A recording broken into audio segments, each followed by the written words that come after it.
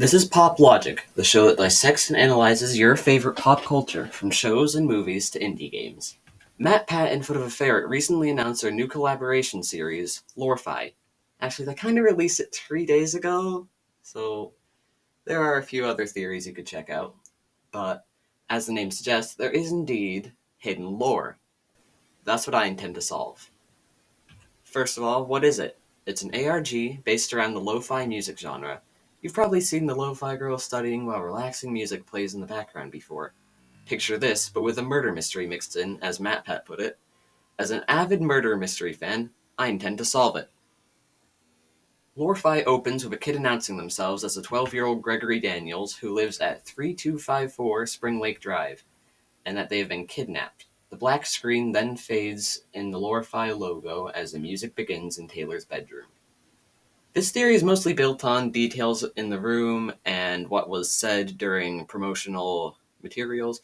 There are codes in between the songs, and I do use some of those. I'm not really the best at decoding codes, so I skipped over some of those. You can check those out on other channels. Alright, first of all, it might seem weird, but I'm going to start out on the color scheme. There's an abundance of contrasting greens and reds around the room, and in Taylor's outfit, some examples are like the cans littered around the floor, her food and drinks, and there's more that I have highlighted now. What does it mean, though? I think it means two contrasting souls. This is obviously just one detail. I'm not making a theory on just one, detail part of it. Besides this, there are other obvious clues. Like, on the window, there is a yin-yang symbol, which in traditional Chinese culture is symbolized as two opposite but complementary forces, sometimes being light and dark. Also, there are a ton of connections to FNAF, like the Remnant poster on the wall, which is a key part of the FNAF lore, as a liquid metal that contains the souls of children William Afton killed. Two characters, Cassidy and the Crying Child, end up inside the same animatronic. This is Golden Freddy. The Crying Child is famously striped and ends up inside the golden animatronic, maybe like the golden or yellow stripes we see on Taylor. Okay, so there's two souls in one body. Gotcha. But three questions arise.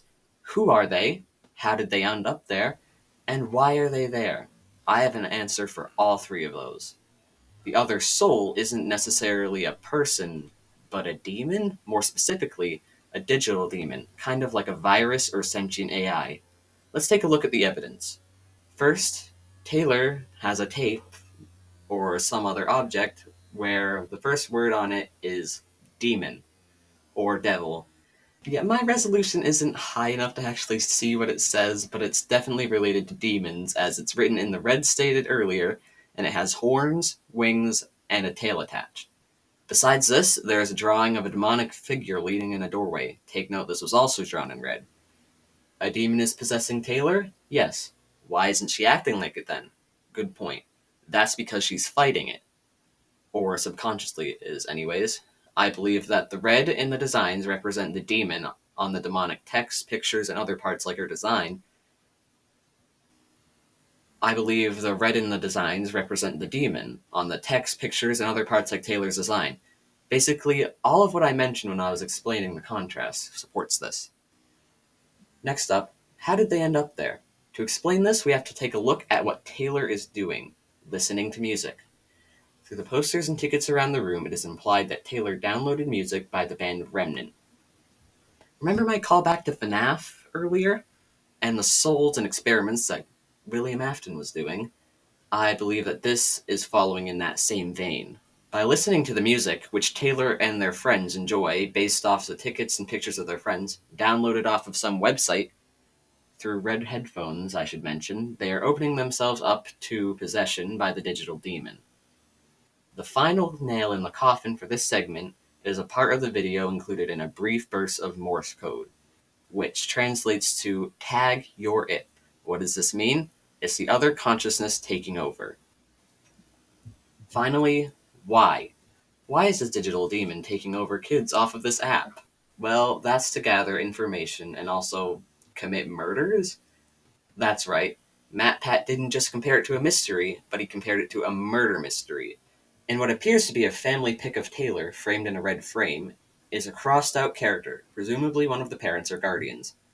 Given that it's in a red frame, it is fully possible that the other framed characters are coming in the future videos, including Taylor.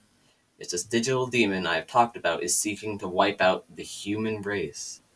At the end of the video, we come back to a confused and reluctant Gregory being told to do something. Gregory's consciousness has been uploaded to the computer, and Taylor and their other friends are sure to follow. That's where he's uploading these voice clips from. Gregory thinks he's just been kidnapped, but little did he know he's actually been uploaded to the computer as an AI.